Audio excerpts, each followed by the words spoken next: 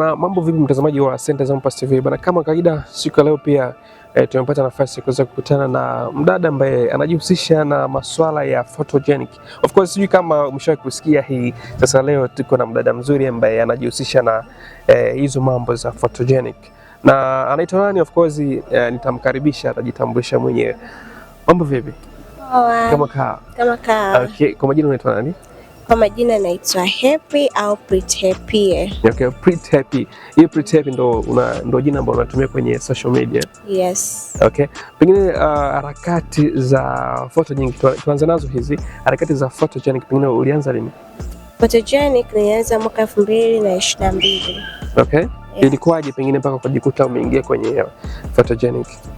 Seriously ilikuwa 2022 ila kupenda picha nilikuwa napenda toka nikiwa mdogo, na kupiga picha kwa photographers nilianza 2020. Okay. Yes. So hiyo photogenic yenyewe nilianza kipindi ambacho nilikuwa naenda kwenye maduka ya nguo. Nikienda pale nikinunua vile kujaribisha, unakuta yule muuzaji anasema, "Hey, mbona ukivaa nguo unapendeza hivi? Kwa nini usiwe na kupiga picha then na posti?" Nikasema sawa. Siku ya kwanza ni ile nikaenda nikapiga picha, nakumbuka ilikuwa ni pants na nguo nyingine. Nilipendeza sana, akaposti na results akapata wateja wazuri na wengi. Hivyo ndo nikaanza hapo kupiga picha. Napiga picha sana kwenye photographer tofauti. Okay. Yes. Okay. Pengine ni kitu gani kingine ambacho pia wewe unapenda sana kufanya kwenye maisha yako? Kitu kingine ambacho napenda kufanya kwa maisha yangu ni kuigiza. Yaani iko ndo kipaji changu kabisa. Iko ndo nimezaliwa nacho kabisa. Ndio.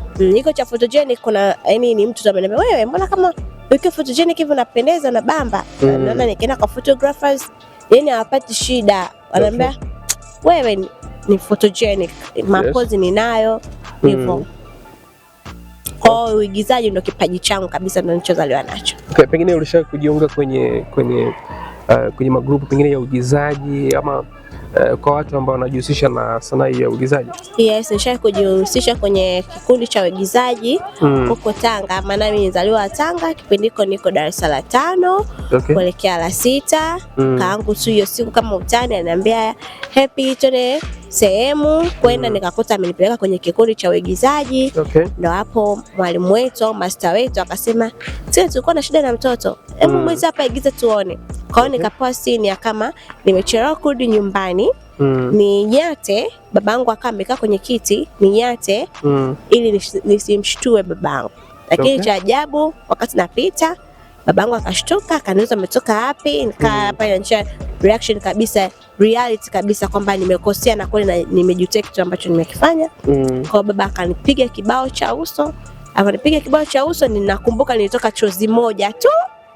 Nimetoka chozi moja huku naendelea kulia, nikashika shavu, nikaangalia mkono wangu, sijaelekezwa hapo. Mpaka wale watu wote wakawa wanampigia makofi, and master wetu akasema kuanzia leo utakuwa ni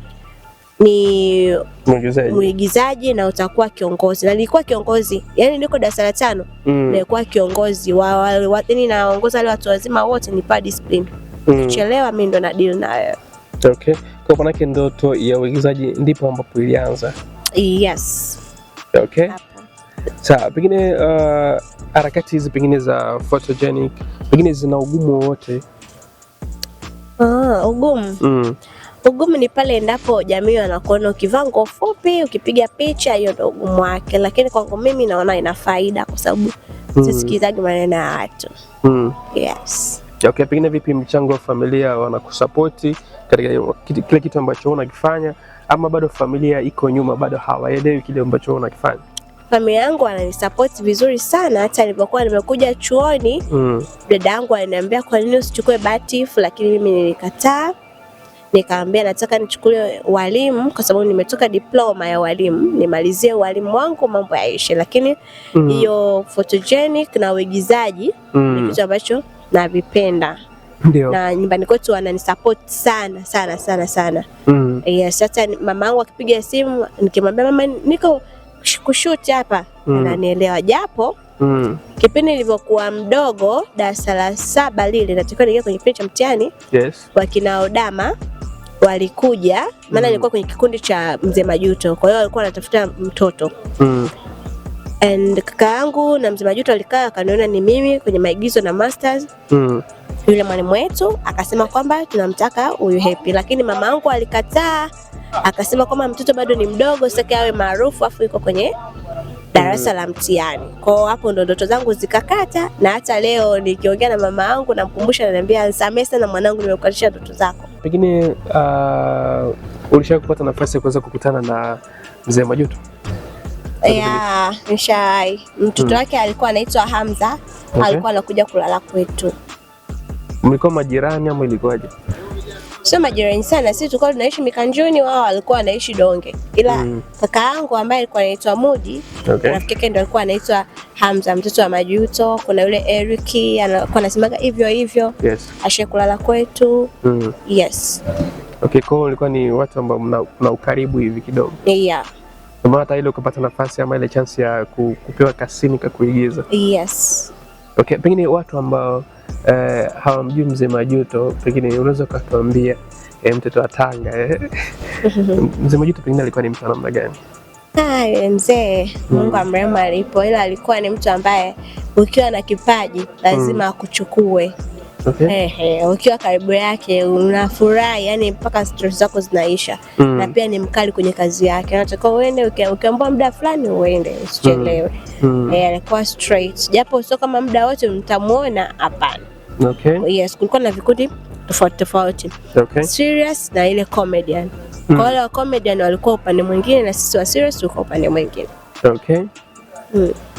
Mtazamaji wa Center Zone Pass TV, nafikiri umeweza kusikia leo tumepata nafasi pia kukutana na Happy. Maana ni mdada ambaye ana vipaji vingi. Ametuambia kwamba anajihusisha na photogenic, lakini pia ametuambia pia ni mwigizaji, lakini pia ni mtu ambaye alipata nafasi ya kuwa karibu na King Majuto. Nafikiri watu wote tukisema hivyo tunamfahamu mzee ambaye sasa hivi hatuko naye tena, lakini ni legend katika upande wa filamu huku, upande wa uigizaji of course. Tanga kuna historia nyingi sana. Kuna masuala ya mapenzi, sio na nini. Hebu kuna ukweli wowote kusema kuna ukweli wowote?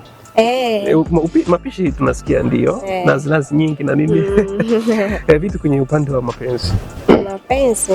Kwenye upande wa mapenzi ni kweli, hiyo ni kweli kabisa. Yaani hakuna uongo. Kule mtu akikupenda anakupenda kweli. Labda na vipi wanahusisha kwamba mapenzi na ushirikina, yani kwamba Tanga Limbwata. Hiyo ipo sana. Yes, Limbwata ipo. Yani kule sio Limbwata tu. Yani kule uchawi uko nje. Kuna uchawi wa 200. Uchawi 200 hii. Hii inakuwaje? Uchawi 200. Na unafanyia, yani unafanya kazi gani sasa uchawi 200? Wanaitaga zongo. Yani ile kuvimisha tu tumbo basi. Hiyo inafanywa pengine kwa adhabu ama tu mtu kiamua kumfanyia? Basi tu. Sio yule mchawi ana tu sababu. Uchawi 200 huo? Yeah. Bwana umesikia, kwa uchawi 200 of course. Hiyo Tanga. Na hii mtu kwamba ukimpenda unamfanyia limbwata, hii ni kwa wote, pengine labda mwanaume wa Tanga, mwanamke wa Tanga wanaweza kufanyana hiyo kitu? Yes, kwa zamani, lakini sasa hivi utamwekea limbwata ngapi kwa zamani? Ila siku hizi hivyo vitu hamna. Siku hizi hivyo vitu hamna. Ni kweli hamna au vipo? Hamna, siku hizi watu hawakurogi kwa uchawi. Wanaroga na nini sasa? Wanaroga. Shasikia Tanga kuna vitu wanarogea. Vitu gani? Hebu tuibie siri kidogo. Wanajua wenyewe ambao wana date na Tanga, anaelewa wanarogwa vipi. Kwa hiyo nataka kutuambia shemeji yetu kuna vitu shampatia tayari. Na kawaida. Yeah. Ndio nani au unatuhakikishia kwamba nafikiri hivyo kwamba hawezi kukuacha. Naende wapi? Hebu tuambie ni vitu gani ambavyo hasa mabinti wa Kitanga huwa wanavitumia kwa ajili ya kuwateka wanaume, tukiachilia mbali na vile kawaida ambavyo tunajua. Nataka tuzungumzie ile Kitanga zaidi. Kwanza heshima. Sisi tunafundishwa sana heshima kwa wanaume. Yes. Kwa hiyo tunaheshimu sana wanaume na wanaume wanapenda heshima. Kingine unajua mwanaume anapenda kula, mwanaume ni kama mtoto. Yes. Kwa hiyo tunahakikisha tukikalia jiko basi hapo atafurahi. Usiniambie. Yes. Cha tatu kitandani. Yes. Hiyo ndio point. Yes, tunahakikisha kwamba ndio. Japo wanaume hata umfanye nini, kama ameamua kuchita na kuchita. Hapana. Hapana. Mimi ni mwanaume nakataa.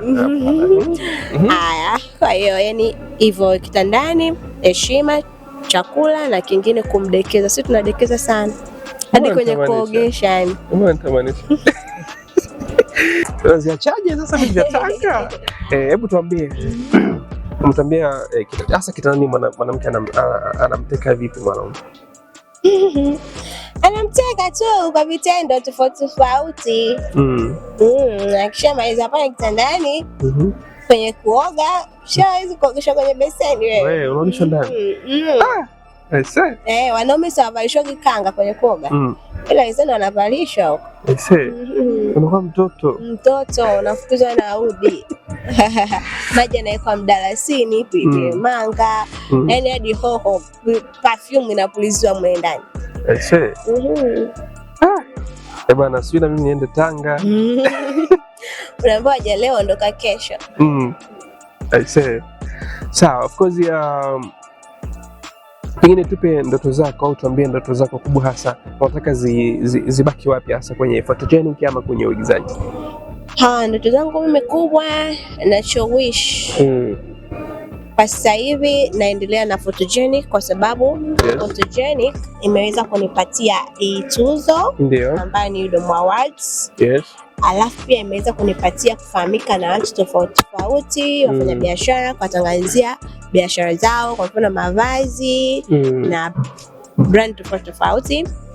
Lakini kwenye uigizaji bado sijastiki kivile kwa sababu naamini na kipaji. Yani hata sasa hivi nikiambiwa niigize, lazima mtu tu atanichukua. Yani mimi so training, yani sio kama ni mtu anitrain. Yako train ya automatic uko vizuri. Yes, yani mtu akiniambia tu niigize hapo muda wote naigiza na naweza. Kwa hiyo naamini ipo siku.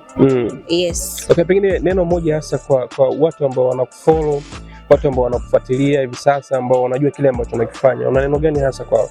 Kwanza vipenzi vyangu, naombeni mkanifollow Instagram, natumia realhair_toto.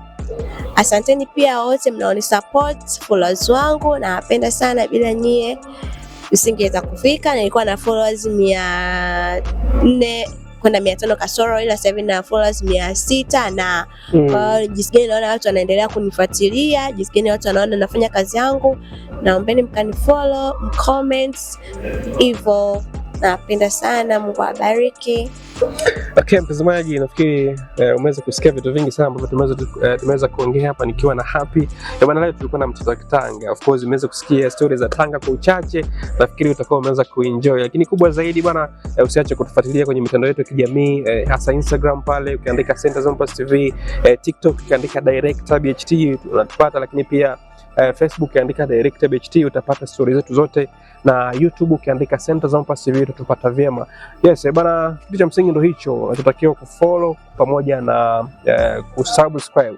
Lakini pia unaweza kutembelea page ya Dada Happy hapa pale Instagram. Ametuambia kwamba ana page moja, bila shaka ukienda pale utamfollow Instagram kwa jina hilo ambalo ameweza kutuambia hapa, _toto. Okay.